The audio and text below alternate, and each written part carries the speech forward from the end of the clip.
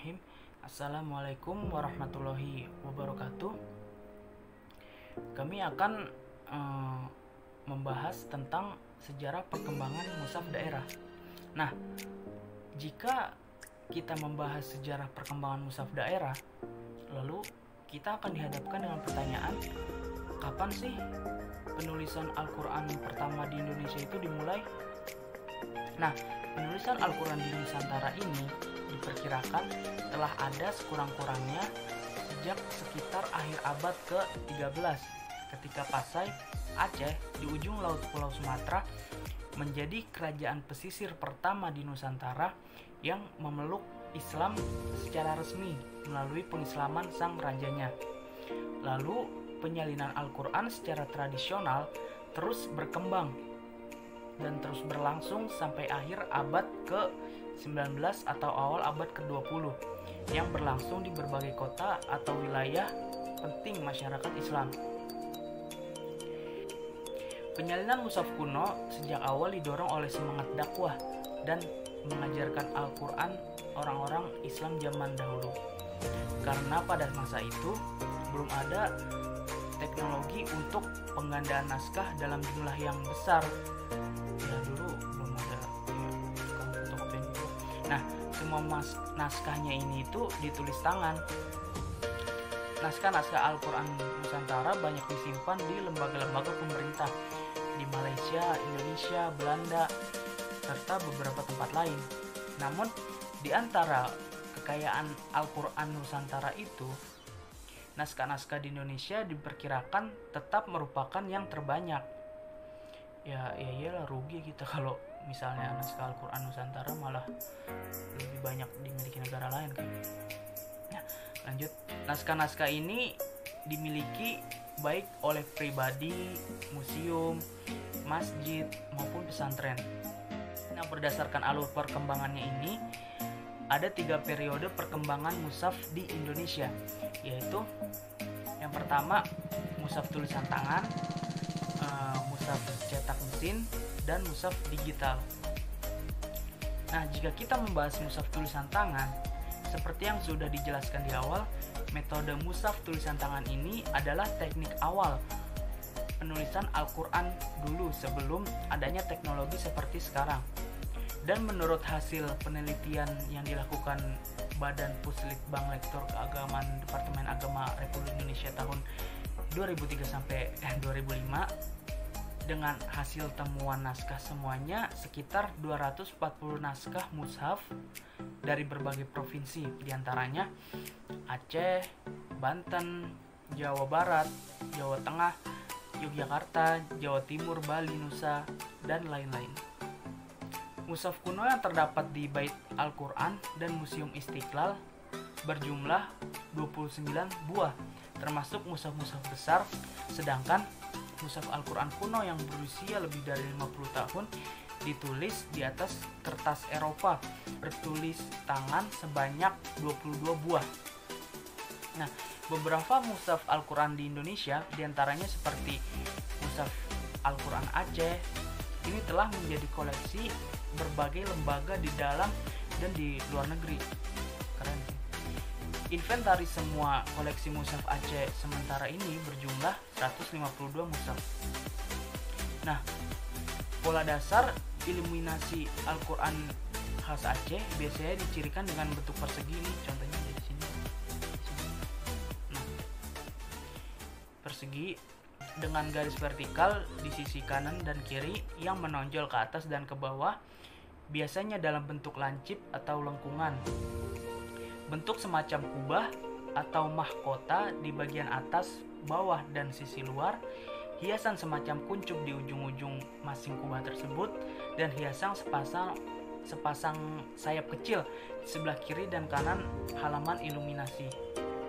Nah, perwarnaan dalam mushaf Aceh ini dapat dikatakan selalu seragam gitu, sehingga mudah dikenali. Adapun beberapa contoh mushaf Nusantara lainnya, seperti mushaf Banten. Mushaf-mushaf dari Kesultanan Banten menonjol dalam kaligrafinya.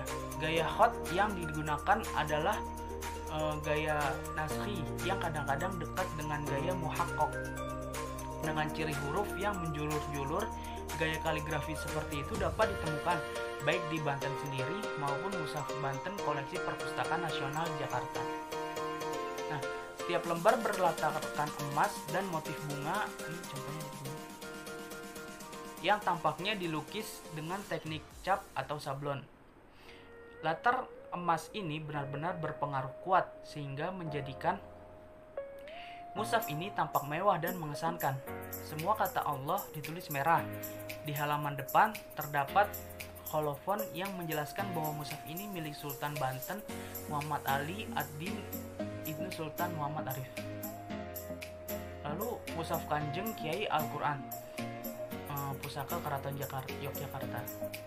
Di Keraton Yogyakarta, setiap benda yang diakui sebagai pusaka keraton diberi sebutan Kanjeng Kiai. Maka dari itu, Kanjeng Kiai Al-Quran adalah salah satu benda warisan berupa mushaf Al-Quran kuno yang selesai ditulis pada tahun 1799 atau abad ke-18 di Surakarta.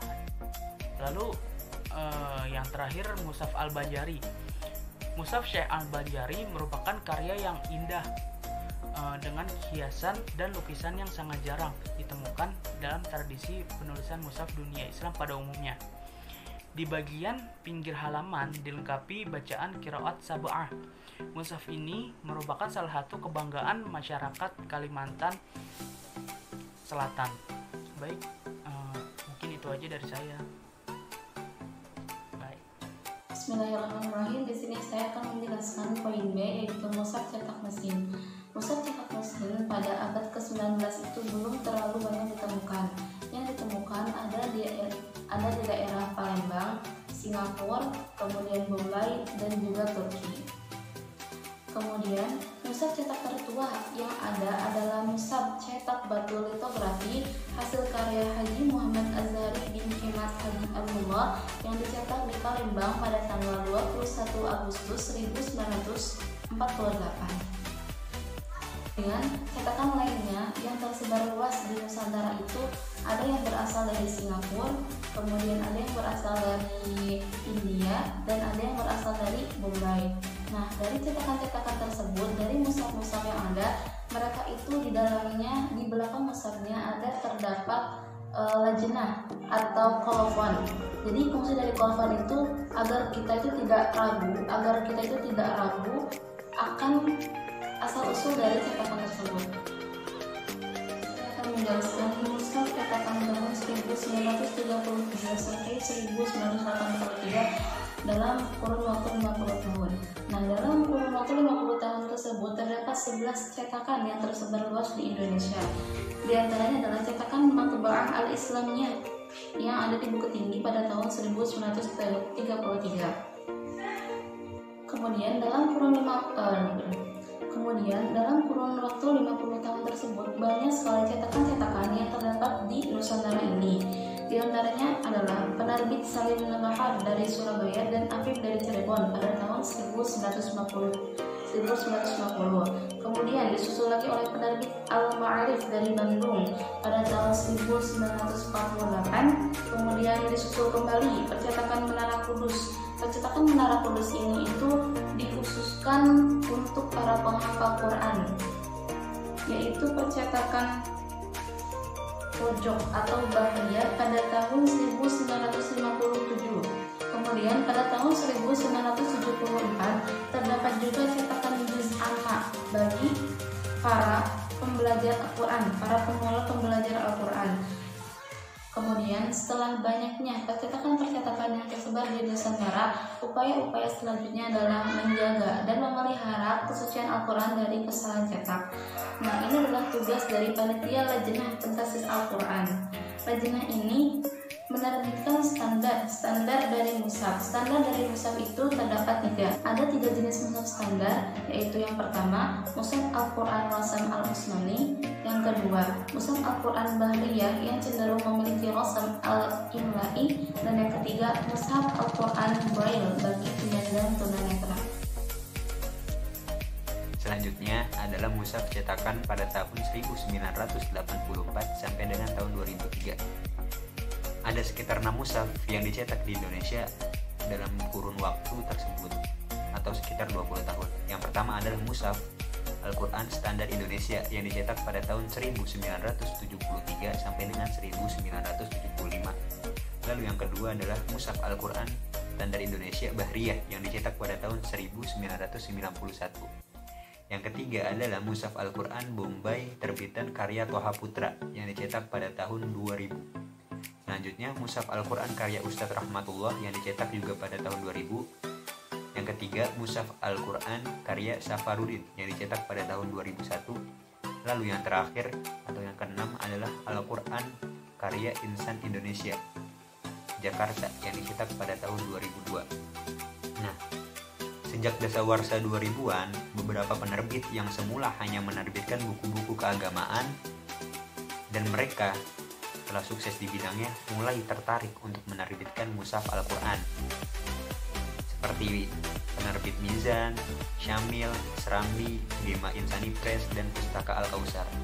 Bahkan sebagian lain adalah penerbit buku-buku umum yang sebelumnya hanya menerbitkan beberapa novel dan lain sebagainya juga mulai tertarik untuk menerbitkan Mushaf Al-Quran seperti Tiga Serangkai, Cicero, dan Maskomi-Grafi.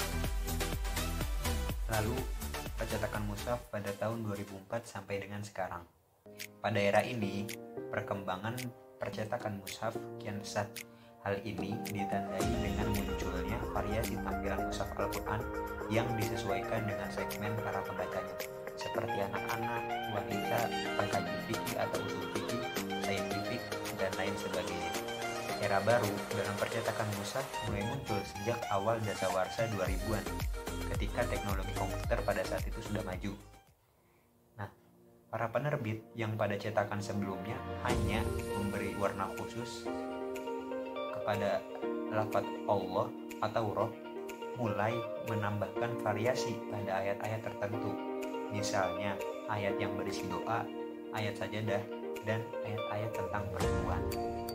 Selanjutnya, para penerbit juga menambahkan kertas pembatas, uraian makhorijil huruf, ayat-ayat sajadah, kertas doa sujud tilawah, al-matsurat, asbabun nuzul, tafsir, hadis, dan lain sebagainya.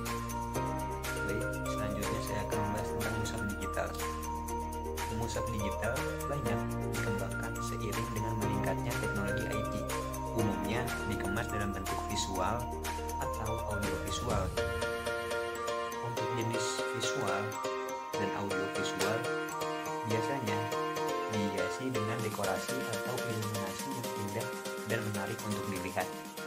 Begitupun khot yang disalin dalam Al-Quran digital tersebut. Ada 3 bentuk Al-Quran digital. Yang pertama, Al-Quran digital. Yang kedua, audio Al-Quran. Yang ketiga, Al-Quran in Microsoft. Untuk pertama, Al-Quran digital. Salah satu contoh mushaf digital adalah Mushaf Madinah Digital yang dibuat secara resmi oleh Majma' Al-Malik Fadli Tibaah Al-Mushaf Al-Syarif. Karenanya, hak cipta Al-Quran digital tersebut dilindungi oleh undang-undang dan dilarang keras mengkopi serta atau mencetak untuk tujuan komersil kecuali dapat izin tertulis dari pihak MMD. Yang kedua adalah audio Al-Quran. Audio Al-Quran ini dapat ditemukan dalam berbagai macam bentuk, seperti dalam bentuk CD, kaset, file, MP3, telepon, atau bahkan gadget yang lainnya.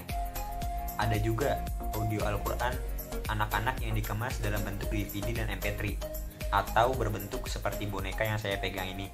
Menurut saya, audio Al-Quran seperti ini sangat bagus dan bermanfaat untuk menambah minat seorang anak untuk selalu mendengarkan dan memahami Al-Quran. Dengan bentuknya yang lucu ini diharapkan anak-anak lebih menyukai dan selalu mendengarkan Al-Quran audio ini. Mungkin audio ini bisa menjadi salah satu pengganti HP. Biasanya kan kayak anak kecil kayak suka main HP gitu. Daripada kita kasih HP, mending kita kasih ini sambil anak kecilnya mendengarkan gitu. Tinggal kita nyalain.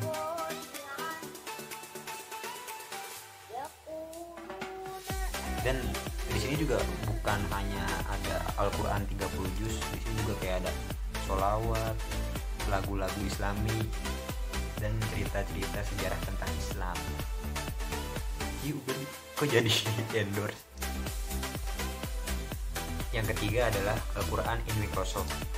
Bentuk lainnya adalah Al-Quran yang dimasukkan ke dalam software komputer. Jenis ini biasa digunakan untuk mengutip ayat dan terjemah Al-Quran ke dalam sebuah tulisan. Untuk Al-Quran jenis ini tidak ditemukan iluminasi atau hiasan seperti Al-Quran yang lainnya.